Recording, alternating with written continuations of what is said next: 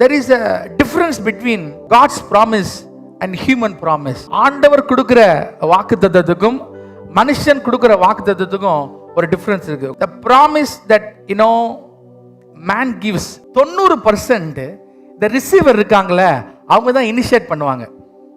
இப்போ ராஜ்குமாருக்கு ஒன்று தேவைன்னா அவர் என்கிட்ட வந்து கேட்பார், then I promise. நான் சொல்றது விளங்குதா விளங்கலையா? 90% of the promises of men initiated by the receiver, not by the giver. ரெண்டாவது என்னன்னா, இப்போ வந்து ராஜ்குமார் என்கிட்ட வந்து கேட்குறாரு எனக்கு ஒரு 10 லட்சம் கொடுங்கன்னு. Then my first take would be, does he have the capability to receive the blessing? ஒன்று இனிஷியேட் பண்ணுறது ரிசீவர், கிவர் உடனே அவருடைய கேப்பபிலிட்டி அசஸ் பண்ணுறாரு. இந்த மேன்ஸ் பிளெஸிங்கில் இதெல்லாம் கவுண்டிங். ஒன்று ரிசீவருடைய கேப்பபிலிட்டி, ரெண்டாவது ரிசீவரோடு நீங்கள் வைக்கிற ரிலேஷன்ஷிப்பு, மூணாவது யார் கேட்குறா, எப்போ கேட்குறாங்க, அந்த time duration also very important. இப்போ எனக்கு திடீர்னு காசு தேவைப்படுது, நாளைக்கு ஒருத்தட்ட கேட்குறேன், அவர்கிட்ட இருக்கலாம் இல்லாமல் இருக்கலாம்.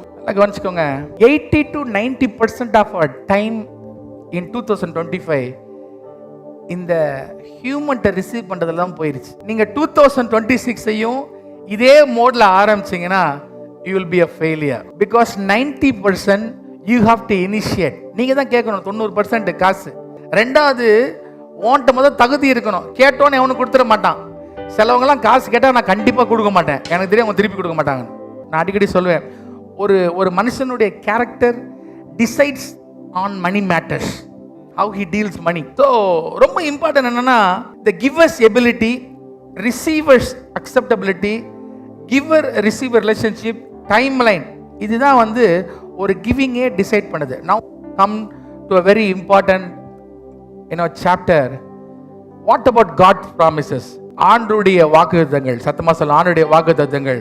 Here we have a God who doesn't wait for our initiation. He initiates the blessing in your life first. Hallelujah. நமக்கு ஒரு ஆண்டவர் இருக்கிறாரு.